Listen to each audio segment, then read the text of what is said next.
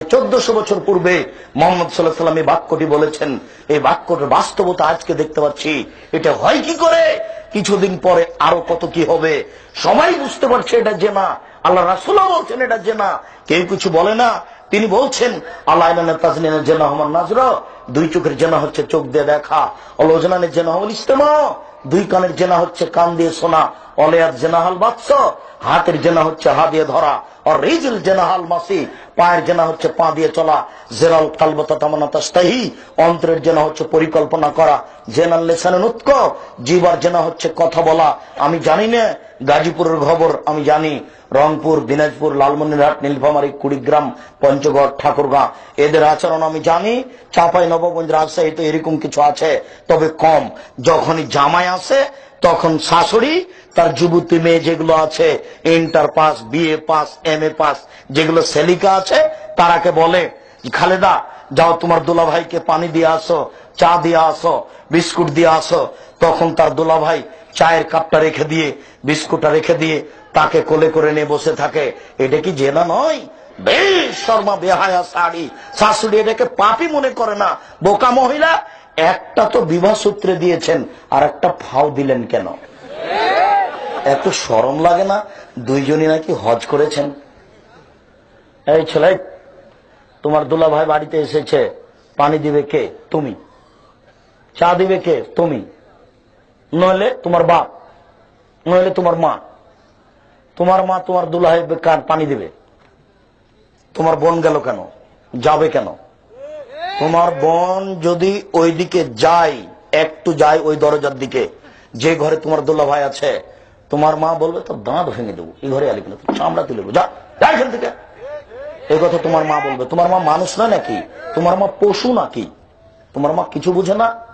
তোমার মা পশু নাকি? তোমার মা মানুষ নয়? তুমি দাও তোমার দুলাভাইকে কি দিবা? তুমি না থাকলে তোমার বাপ দিবে, তোমার বাপ না থাকলে তোমার মা দিবে। তোমার বোন গেল কেন? কেন যাবে? তোমার বোনকে যদি যেতে হয়, তাহলে তোমার দুলাভাই বের হয়ে অন্য ঘরে যাবে, আর না হলে তোমার বোন এক ঘরে সাজিয়ে রাখবে খাওয়ার। তারপরে বাহির দরজা থেকে বলবে দুলাভাই ওই ঘরে খাদ্য সাজানো আছে, খেয়ে আসেন। ধর্মকে পাগল পেয়েছো তোমরা? দেখো, এইভাবে জেনাকে হালাল মনে করো না। ও অবাক হতে হয়। এই ছেলে তোমার আব্বার আমি আচরণ কি দিয়ে বলি।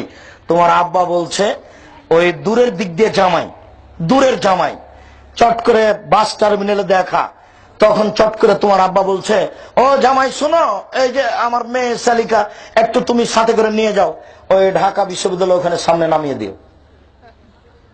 অবাক। আর তোমাকে বলছে আমার তোর বোনকে সাথে নিয়ে যা, ওটা কিন্তু তোমার চাচাতো বোন। চাচাতো বোন, খালাতো বোন, মামাতো বোন সবাই নাকি একটাই। নজরুল্লাহ। দেখেন আপনি জান্নাত পাবেন কিভাবে, কি করে হতে পারে, এটা হয় কি করে? আবু হুরায়রা রাদিয়াল্লাহু তাআলা আনহু বলেন রাসূল সাল্লাল্লাহু আলাইহি সাল্লাম বলেছেন সালাসালা ইয়াদখুলুল জান্নাহ আবাদা, তিন শ্রেণীর মানুষ কখনো জান্নাতে যাবে না। তিন শ্রেণীর মানুষ কখনো জান্নাতে যাবে না।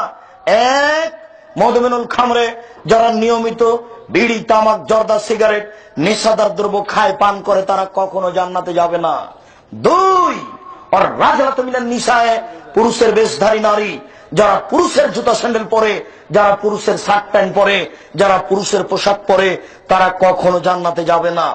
শোনো সম্মানিত দিনী ভাই, আপনাকে অনুরোধ করে বলছি, আপনার মেয়ে এখন বসে আছে প্যান্ট পরে, দেখেন নিজের বিচার আর একজনের উপরে চাপিয়ে দিয়েন না, আপনার জান্নাত হবে না।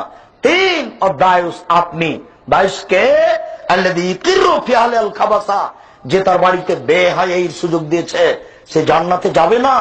যে তার বাড়িতে বেহায়াইর সুযোগ দিয়েছে সে জান্নাতে যাবে না। যার মেয়ে নগ্ন পোশাক পরে স্কুল কলেজে যায়, যার স্ত্রী ছোট ব্লাউজ পরে রাস্তাঘাটে ঘুরে, সে জান্নাতে যাবে না। তিন শ্রেণীর মানুষ জান্নাতে যাবে না।